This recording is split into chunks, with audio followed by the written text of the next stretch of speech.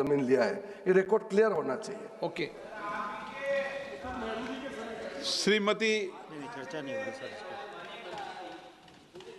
इत्फल एक बात बता दीजिए। श्रीमती प्रियंका गांधी वाडा।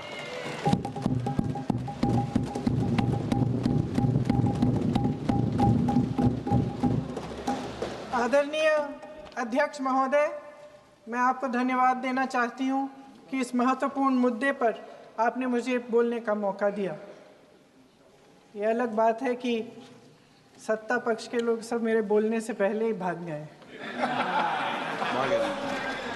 आइए आइए, आपको देख के मैं खुश थी कि आप वापस आ गए।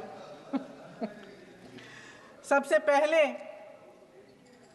मैं उन सैनिकों, उन जवानों, उन अफसरों को नमन करना चाहती हूँ जो हमारे देश के रेगिस्तानों में, हमारे देश के घने जंगलों में, बर्फीले पहाड़ियों पे हमारी देश की रक्षा करते हैं, जो हर पल देश के लिए अपनी जान देने के लिए तैयार रहते हैं।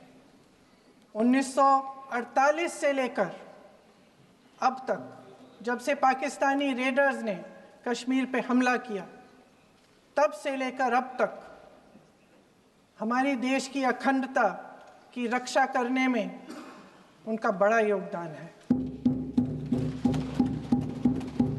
हमारी आज़ादी अहिंसा के आंदोलन से हासिल हुई, लेकिन जैसे मैंने कहा, उसको कायम रखने के लिए हमारी सेना का बहुत बड़ा योगदान है। अध्यक्ष महोदय, कल मैं सदन में बैठी हुई सबके भाषण सुन रही थी। आदरणीय रक्षा मंत्री महोदय ने बोला, सत्ता पक्ष के कई मंत्रियों ने बोला। 1 घंटे का रक्षा मंत्री जी का लंबा भाषण था। सुनते सुनते एक बात मुझे बहुत खटक रही थी। उसके बाद जब दूसरे भाषण भी सुने आपके सत्ता पक्ष के, तब भी ये बात बार बार मेरे मन में आ रही थी कि सारी बातें कर ली, ऑपरेशन सिंदूर की बात कर ली, आतंकवाद की बात कर ली, देश की रक्षा की बात कर ली, इतिहास का पाठ भी पढ़ा दिया, लेकिन एक बात छूट गई। उस दिन 22 अप्रैल 2025 को जब 26 देशवासियों को अपने परिवार के सदस्यों के सामने खुलेआम मारा गया, तो ये हमला कैसे हुआ, क्यों हुआ?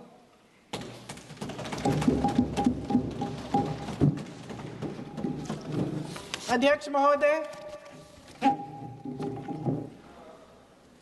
ये लोग बैसारन वैली में, पहलगाम के पास कश्मीर में क्या कर रहे थे?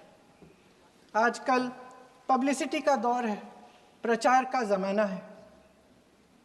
कुछ समय से हमारी सरकार ये प्रचार कर रही थी कि कश्मीर में आतंकवाद ख़त्म हो गया है, कि कश्मीर में शांति है, अमन चैन है। प्रधानमंत्री जी ने खूब भाषण दिए, देशवासियों को कहा कि चलिए कश्मीर चलिए, सैर करिए। कई बार मैंने ये भी देखा मीडिया पर, टीवी पर, कि कश्मीर जाइए, ज़मीन खरीदिए, अब वहाँ अमन चैन है, शांति का वातावरण है। इसी बीच शुभम द्विवेदी, एक कानपुर के नौजवान, और उनके पूरे परिवार ने तय किया कि वो कश्मीर जाएंगे। शुभम द्विवेदी की 6 महीने पहले शादी हुई थी। उसकी पत्नी ने कहा कि उनके बीच एक ऐसा रिश्ता था, प्रेम और दोस्ती का ऐसा रिश्ता था कि वो एक दूसरे को बच्चों की तरह हंसाते थे। सोशल मीडिया पर एक वीडियो भी जारी है जिसमें पूरा परिवार एक साथ बैठा हुआ ताश खेल रहा है और ऐसे हंस रहे हैं कि उस वीडियो को देख के किसी का भी दिल टूट जाए कि इस परिवार को इस तरह से उजड़ने क्यों दिया हमने। 22 अप्रैल 2025 को बैसारन वैली में मौसम का मिजाज अच्छा था, जैसे हर रोज़ लगातार 1000 से 1500 लोग वहाँ पहुँचते थे, उसी तरह से उस दिन भी तमाम पर्यटक वहाँ पहुँचे। वहाँ का रास्ता आसान नहीं है अध्यक्ष महोदय जी, जंगल से जाना पड़ता है, पहाड़ों के बीच जाना पड़ता है, घोड़े से जाना पड़ता है। ये परिवार वहाँ पहुँचे, मौसम सुहाना था, उनके बच्चे ट्रैम्पोलिन पे खेल रहे थे, कोई जिपलाइन कर रहा था, कोई चाय पी रहा था, तो कोई कश्मीर की सुंदर वादियों की ठंडी हवा का मज़ा ले रहा था। शुभम अपनी पत्नी के साथ एक स्टॉल पे खड़े थे। तभी अचानक 4 आतंकवादी जंगल में से निकलते हैं और शुभम को वहीं अपनी पत्नी के सामने मार डालते हैं। उसके बाद वे वहाँ से पूरे वैली में 1 घंटे के लिए लोगों को चुन चुन कर मारते हैं। किसी के पति को अपनी पत्नी के आंखों के सामने, किसी के पिता को अपने बेटे के सामने, चुन चुन कर 26 लोगों को मार डालते हैं। शुभम की पत्नी घबराकर वहां से भागने की कोशिश करती है, अपनी जान बचाने के लिए जंगल की तरफ दौड़ती है। वहां पता चलता है कि तमाम लोग जंगल की तरफ दौड़े हैं और अपनी जान बचाने की कोशिश कर रहे हैं। कोई अपने बेटे का हाथ पकड़ के पहाड़ों पर घसीटता हुआ जा रहा है, कोई कश्मीरी घोड़े वालों और गाइडों की मदद लेते हुए चले जा रहा है। कोई रास्ता नहीं है, कोई तरीका नहीं है, लेकिन किसी न किसी तरह से शुभम की पत्नी के शब्दों में किसी ऐसी शक्ति ने हमको बचा कर रखा कि हमें किसी न किसी तरह से हम अकेले नीचे पहुंचे। और मैं उनके लफ्ज पढ़ना चाहती हूं, क्योंकि उन्होंने कहा कि इस पूरे समय जब 1 घंटे के लिए चुन चुन कर भारतीय नागरिकों को मारा जा रहा था, इस पूरे समय उसे एक सुरक्षाकर्मी नहीं दिखा, एक सैनिक नहीं दिखा।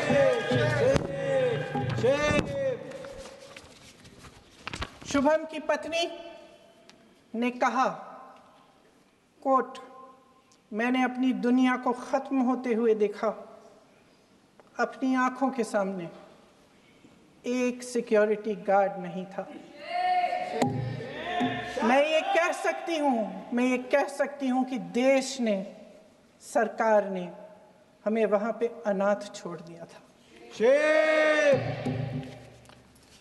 सिक्योरिटी क्यों नहीं थी वहां पे एक सैनिक क्यों नहीं दिखा? क्या सरकार को मालूम नहीं था कि यहां रोज 1000 से 1500 पर्यटक जाते हैं?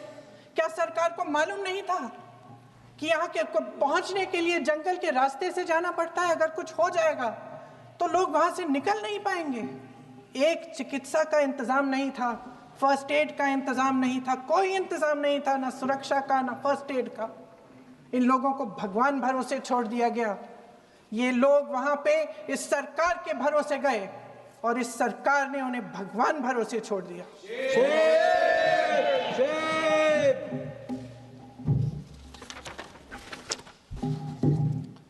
मैं पूछना चाहती हूं, ये किसकी जिम्मेदारी थी? इस देश के नागरिकों की सुरक्षा की जिम्मेदारी किसकी है? क्या इस देश के प्रधानमंत्री की नहीं है? क्या इस देश के गृह मंत्री की नहीं है? क्या इस देश के रक्षा मंत्री की नहीं है? क्या एनएसए की नहीं है? अध्यक्ष महोदय, पहलगाम हमले से सिर्फ 2 हफ्ते पहले हमारे गृह मंत्री महोदय जी कश्मीर गए थे। किस लिए गए थे? जो सुरक्षा की व्यवस्था है इसको देखने के लिए गए थे, इसको रिव्यू करने के लिए गए थे। और उन्होंने वहां कहा कि आतंकवाद पर विजय प्राप्त हुई है। ये 2 हफ्ते पहले है। 3 महीने बाद JNK के गवर्नर साहब एक आम इंटरव्यू में ऐसे ही चलते चलते कह देते हैं कि हाँ, बैसारन वैली में बहुत लापरवाही हुई, और इसके लिए मैं जिम्मेदारी लेता हूँ। ऐसे ही चलते चलते और वो बात होती है, ख़त्म भी वहाँ होती है और वहीं ख़त्म हो जाती है। उनसे जिम्मेदारी ली भी नहीं जाती, कोई सवाल नहीं उठाता, कोई जवाब नहीं देता। अध्यक्ष महोदय, उस हमले की जिम्मेदारी एक आतंकवादी गुट जिसका नाम TRF है थोड़े दिनों बाद लेती है। कौन है ये TRF? 2019 में ये गुट बना। 2020 में इसने कश्मीर में आतंकवाद का काम शुरू कर दिया और अप्रैल 2020 से लेकर 22 अप्रैल 2025 तक इन्होंने 25 आतंकवादी हमले किए। गृह मंत्री महोदय ने जब यूपीए सरकार के समय के आतंकवादी हमले गिने तो लगभग 25 गिनवाए थे अभी अपने भाषण में। इस गुट ने कश्मीर में 25 हमले 2020 और 2025 के अंदर एक पूरी लिस्ट है इन हमलों की। मेरे पास इतना समय नहीं है इसलिए मैं एक एक को नहीं पढ़ना चाहती, लेकिन मैं इतना कहूंगी कि इनमें रियासी का हमला भी था 2024 का, जिसमें 9 लोग मारे गए और 41 लोग घायल हुए। कुल मिलाकर 2020 से लेकर 22 अप्रैल 2025 तक TRF ने 41 सेना और सुरक्षा कर्मियों की हत्या की, 27 सिविलियन की हत्या की और 54 लोगों को घायल किया था। भारत सरकार ने TRF को आतंकवादी संगठन का दर्जा कब दिया? 2020 में दिया, 2021 में दिया, 2022 में दिया, 2023 में दिया। 3 साल बाद, 3 सालों के लिए ये आतंकवादी गतिविधियां कर रहे हैं और आप इनको आतंकवादी संगठन तब कहते हैं 2023 में? इसकी क्या वजह थी? ये सब सरकार के संज्ञान में था और आप मुझे बताना चाहते हैं, सत्ता पक्ष के नेता बताना चाहते हैं कि ये सब आपके संज्ञान में था, लेकिन कोई भी एक ऐसी एजेंसी नहीं है हमारी सरकार की जिसको पता चला कि ऐसा हमला, ऐसा भयानक हमला होने जा रहा है हमारे देश में, कि पाकिस्तान में बैठे हुए इस हमले की योजना बन रही है कि हम भारत जाके हैवानियत करेंगे, 26 लोगों को मार डालेंगे और हमें पता ही नहीं है। क्या ये हमारी एजेंसियों की विफलता है कि नहीं है? ये बहुत बड़ी विफलता है, ये एक बहुत बड़ी विफलता है। जानते थे कि ये गुट है, जानते थे कि 5 सालों से ये आतंकवादी हमले कर रहा है, अध्यापकों को मारा, आर्मी के बड़े बड़े अफसरों को मारा, आम जनता को मार डाला, पुलिस वालों को मार डाला, और आप इन पे निगरानी नहीं रख रहे थे। और ये जो एजेंसियां हैं इनकी जिम्मेदारी कौन लेगा? क्या IB चीफ ने अपना इस्तीफा दिया? क्या किसी ने इस्तीफा दिया? गृह मंत्री जी के कार्य क्षेत्र में आता है इंटेलिजेंस ब्यूरो। क्या गृह मंत्री जी ने इस्तीफा दिया? इस्तीफा छोड़िए, जिम्मेदारी ली।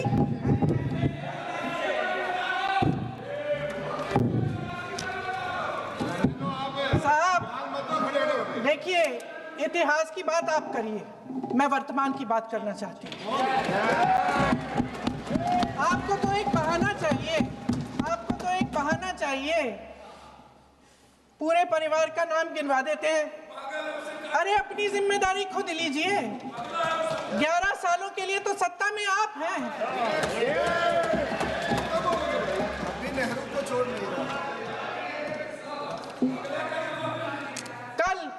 कल माननीय गौरव गोगोई जी ने अपने भाषण में पूछा गृह मंत्री जी से, क्या आपकी जिम्मेदारी नहीं थी? मैं देख रही थी। राजनाथ जी, रक्षा मंत्री जी यूं यूं अपना सर हिला रहे थे, कुछ बोले नहीं। अंदर से महसूस हुआ होगा कि यहाँ कुछ जिम्मेदारी थी, लेकिन माननीय गृह मंत्री महोदय जी हंस रहे थे, वे हंस रहे थे।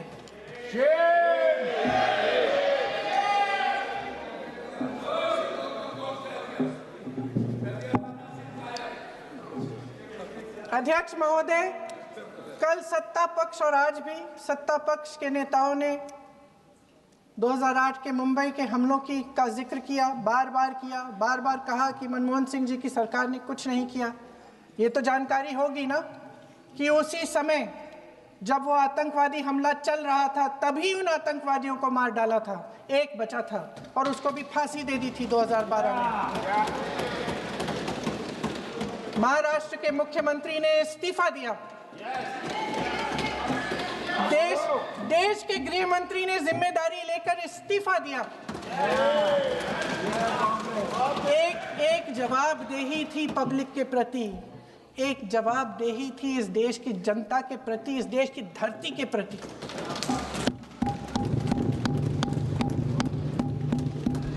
राजनाथ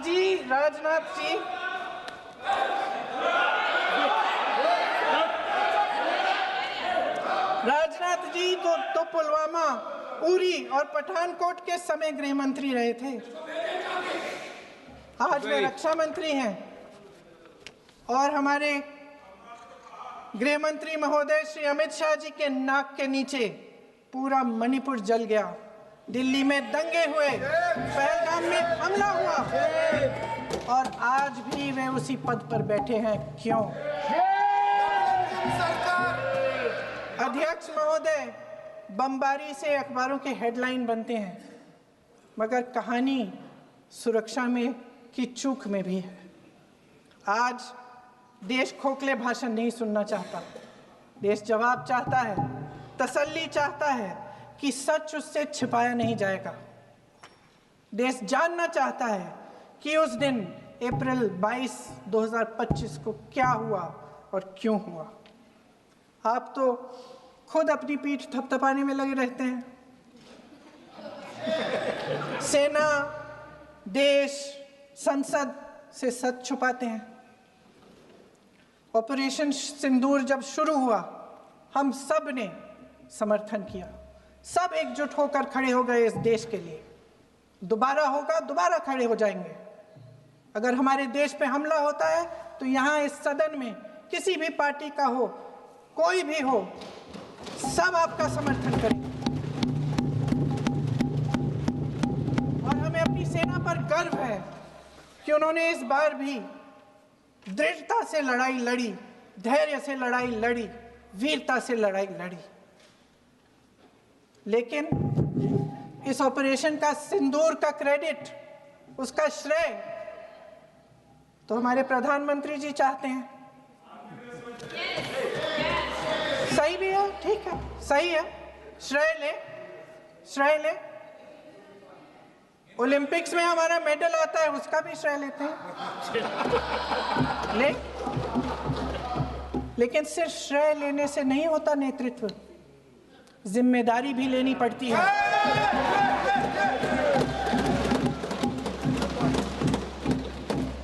देश के इतिहास में ये पहली बार हुआ,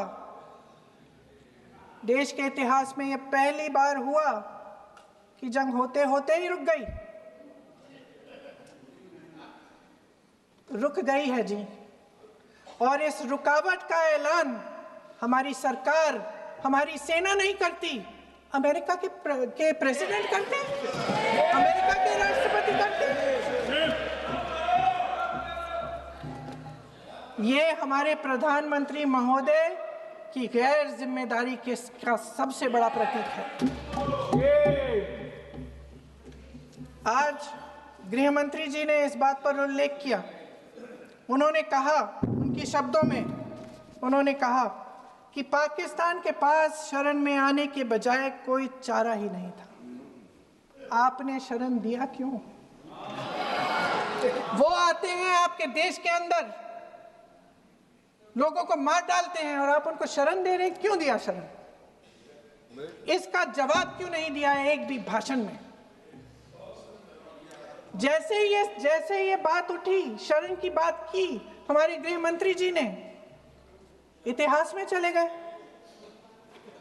नेहरू ने क्या किया, इंदिरा गांधी ने क्या किया, यहां तक कि मेरी मां के आंसुओं तक चले गए। लेकिन इस सवाल का जवाब नहीं दिया कि ये सीज फायर हुआ क्यों। ये जंग रुका क्यों और तब क्यों रुका जब दुश्मन के पास कोई चारा नहीं था हमारे श्रेय में आने के बजाय? क्यों रुका ये जंग? इसका जवाब नहीं दिया। धन्यवाद। आप देंगे?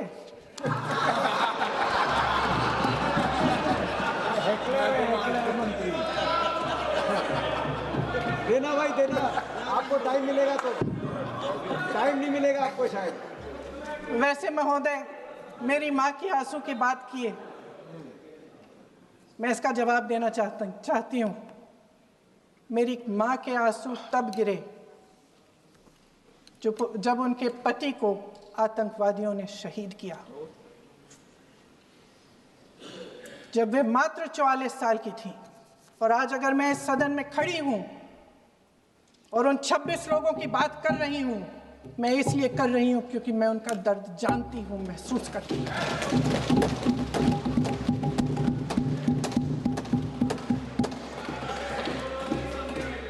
अध्यक्ष महोदय, मैंने कहा कि देश का नेतृत्व सिर्फ उपलब्धियों का श्रेय लेने से मजबूत नहीं होता। सफलता और विफलता दोनों की जिम्मेदारी लेने से बुलंद होता है। ये सोने का ताज नहीं है, कांटों का ताज है। अध्यक्ष महोदय, जब सरकार झूठी और कायर हो तो वे बहादुर से बहादुर सेना के साहस और पराक्रम को भी कमजोर कर देती है। देश को प्रतिशोध के साथ साथ सबके प्राणों की रक्षा का प्रण चाहिए। सेना की शक्ति के साथ सरकार की सच्चाई भी चाहिए।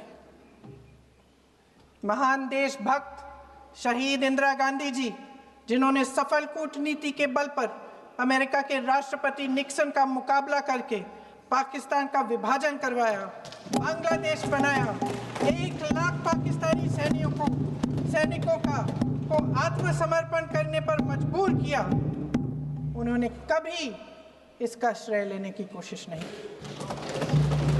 ऑपरेशन सिंदूर का मकसद अगर पाकिस्तान को सबक सिखाना था तो शायद ये मकसद अभी अधूरा है, क्योंकि हमारी कूटनीति विफल रही है। इसका प्रमाण यही है कि ऑपरेशन सिंदूर के बाद एक पाकिस्तानी जनरल, जिसके हाथ खून से रंगे थे, अमेरिका के राष्ट्रपति के साथ बैठकर लंच खा रहे थे। अगर ऑपरेशन सिंदूर का मकसद आतंकवाद को खत्म करने का था तो पाकिस्तान को संयुक्त राष्ट्र के आतंकवाद विरोधी समिति का अध्यक्ष चुने जाने से इस मकसद को धक्का लगा है। इसकी जिम्मेदारी कौन लेगा? क्या हमारे प्रधानमंत्री लेंगे? क्या उनमें ये हिम्मत है? नहीं है। अगर इस ऑपरेशन के दौरान हमारे जहाजों का नुकसान नहीं हुआ तो सदन में इसे साफ साफ कहने से क्या डर है? क्यों नहीं कहा है?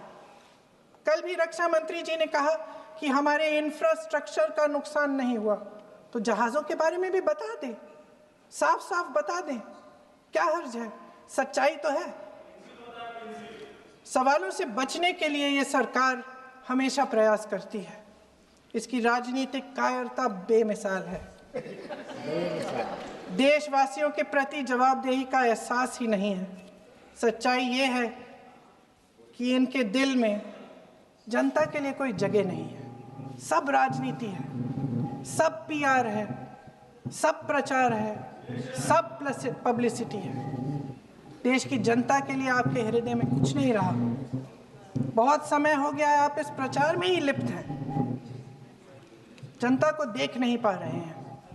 जी माननीय, जो पहलगाम में हुआ, खत्म करती हूँ, जो पहलगाम में हुआ उससे हर एक देशवासी के दिल पे चोट पहुंची है। हिमांशी नारवाल की गुहार ने हम सबको शर्मिंदा किया है। इसीलिए मैं आज यहाँ खड़े हुए एक आखिरी बात करना चाहती हूँ।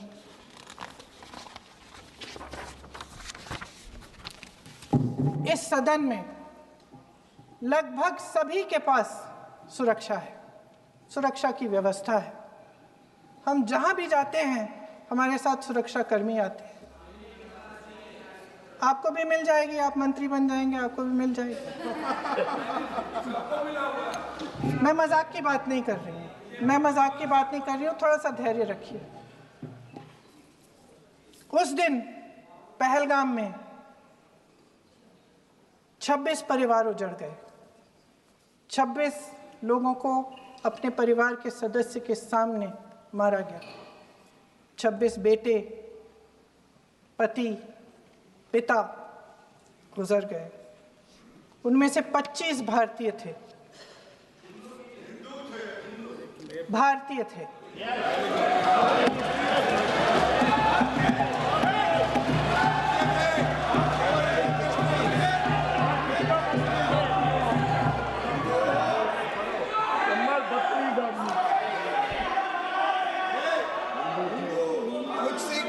जितने भी लोग बैसारन वैली में थे और जो 25 भारतीय मारे गए, उनके लिए कोई सुरक्षा नहीं थी। कोई सुरक्षा नहीं थी। आप कितने भी ऑपरेशन कर डालें, आप इस सच्चाई के पीछे छुप नहीं सकते, इसे नकार नहीं सकते। आपने उनको सुरक्षित नहीं किया। कोई शर्म नहीं है, कोई शर्म नहीं है, कोई शर्म नहीं है और ना कभी होगी। सुन लीजिए, सुबह भी मैं शिव मंत्र बोल के आई हूं। इनको क्या पता शिव मंत्र क्या शिव मंत्र इनका खत्म कर लूं अपना भाषण। शिव मंत्र मैं एक बार उन 25 भारतीयों के चलिए चुप रही। मैं एक बार उन 25 भारतीयों के नाम इस सदन में पढ़ना चाहती हूं, ताकि यहां बैठे हर सदस्य को यह एहसास हो कि वे भी हमारी तरह इंसान थे। किसी राजनीतिक बिसात के मोहरे नहीं थे। वे भी इस देश के बेटे थे। वे भी इस देश के शहीद हैं। उनके परिजनों के प्रति हम सब की जवाबदेही बनती है। उन्हें सच्चाई जानने का हक है। समीर गुहा भारतीय, बिट्टन अधिकारी, मनीष रंजन, हेमंत सुहास जोशी, विनय नारवाल, सुशील नथनियल, अतुल श्रीकांत मोने, सैयद आदिल हुसैन शाह, नीरज वानी, एन रामचंद्रन, संजय लक्ष्मण लेले, मानिए प्लीज। दिनेश अग्रवाल, दिलीप दिल से, कुमार सतपति, JS चंद्रमौली। अब बोलिए, अब आराम से। JS चंद्रमौली, यतीश परमार, S मधुसूदन राव, माननीय सदस्य, नारेबाजी का सदन नहीं है। शैलेश कलाटिया, ये तरीका ठीक नहीं है आपका। मंजुनाथ राव, कौस्तभ गणबोते, शुभम द्विवेदी। जय हिंद।